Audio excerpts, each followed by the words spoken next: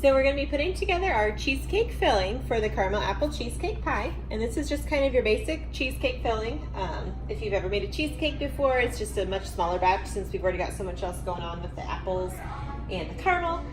So I have 8 ounces of softened cream cheese that I'm putting into a mixer bowl here, along with a 1/4 cup of sugar. Now you want to make sure your cream cheese is nice and soft or it's not going to incorporate very well. And I'm just going to whip that using my electric mixer. This is something you definitely want to use a mixer for. It's just going to be hard to get the same effect by hand unless you really have that cream cheese soft and you have a really strong arm to stir it. So it is mixing here. Let me grab a spatula. And once it's all combined, I'm just going to scrape down the sides. If your mixer at home might be a little smaller, it'll probably work a little better because these large 7-8 quart bowls aren't really great for just making a small batch of something. So I'm going to just continue to whip that up. Okay, now it's nice and smooth. And then I'm going to add 1 egg, a splash of vanilla extract. You want to use the real deal here. And then juice from half a lemon, or about 1 tablespoon freshly squeezed lemon juice.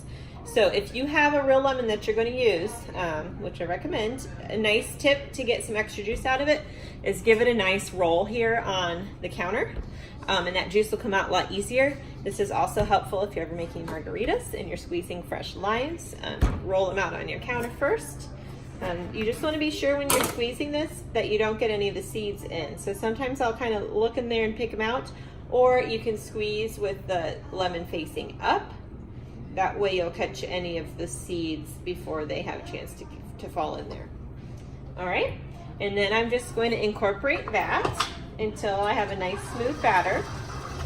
You don't want to whip it too much at this point because if you incorporate too much air into the batter, it's not great. But you do have to whip it enough for it to be smooth. So there's that. I'm going to stop and scrape down my bowl.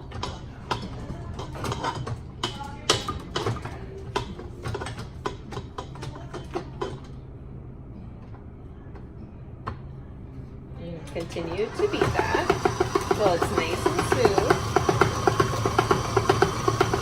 Ideally, you would have no lumps, but if you have a few small lumps, it's not the end of the world.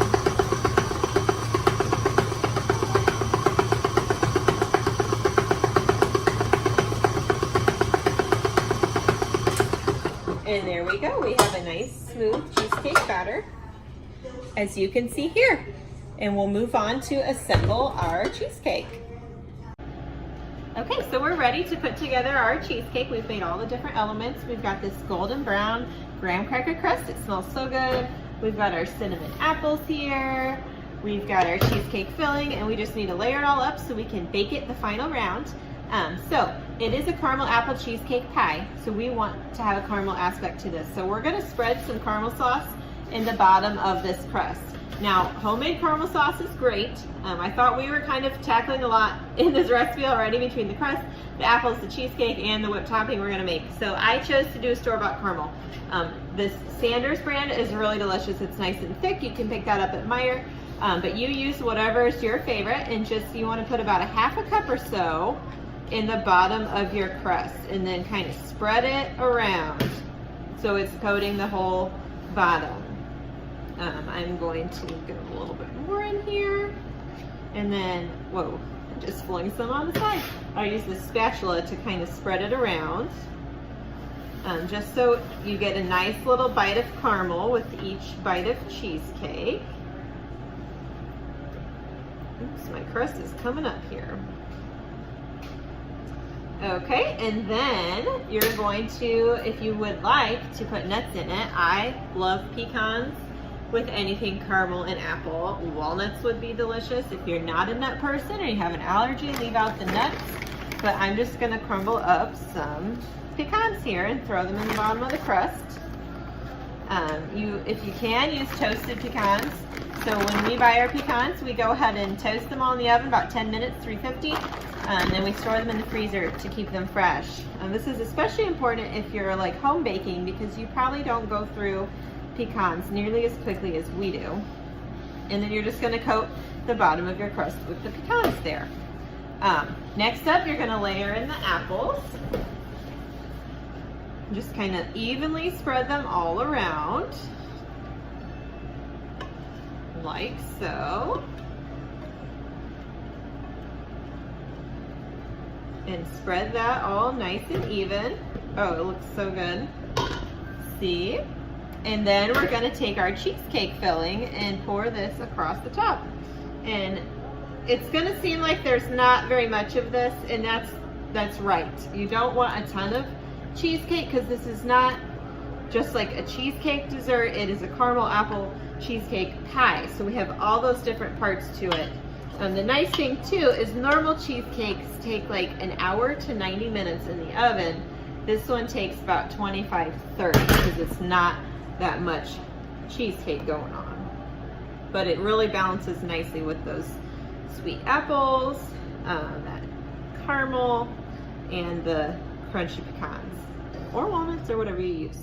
So I've spread my batter in there, and then I'm just going to pop this in the oven. We did reduce the heat down to 350 for about 25 minutes. Okay, we're back for the final step to our cheesecake. We're making the freshly whipped topping. Okay, so in this bowl I've got 6 ounces, which is 3/4 of a cup of cold, heavy whipping cream. Now, if you're like tapped out at this point of the recipe and you can't do anymore, you know, buy some Ready Whip in the can. There's no judgment here. But you're going to be using your whisk attachment, and you're just going to kind of start it on low, and it's going to get some volume to get some peaks here. I can turn this around for you, maybe. Nope, I can't. Once I'm recording, I cannot switch it, so I'll just do this. I'm so used to live video that this regular video is throwing me off. And we've done a live video before on whipped cream. Whoa, that's my face, super close. And you just want to whip it until it gets some soft peaks forming, and then we can add a little bit, just a tiny bit of powdered sugar to sweeten up, just a tad, about 3 tablespoons. And we've got some soft peaks here, so I'm going to add that powdered sugar. Woo! And I get a nice little dust here. And just beat this until I've got the peaks that I want. We're almost there. Cool Whip would be really yummy on this too.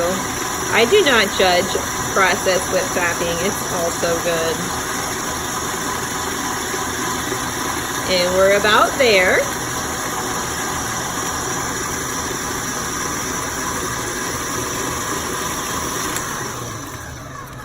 And see how it's a nice like soft peak here. We probably could go a little farther along, but that's pretty much it.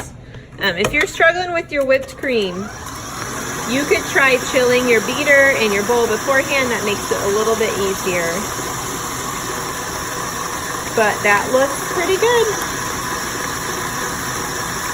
Okay, so we're about finished with our caramel apple cheesecake pie. I know it seems like time has passed, but after your cheesecake bakes, you want to let it cool, and then you need to refrigerate it at least 4 hours. Okay, I prefer to refrigerate overnight. That way it's nice and firm before you get into it. So once you remove it from the springform pan, it's going to look kind of like this. I went ahead and topped this so I could get my picture earlier, and we ate a little bit of it. It's really delicious. But you just want to dollop that whipped cream topping all over the top. We hit it with a little more of that caramel sauce, and it is just really delicious.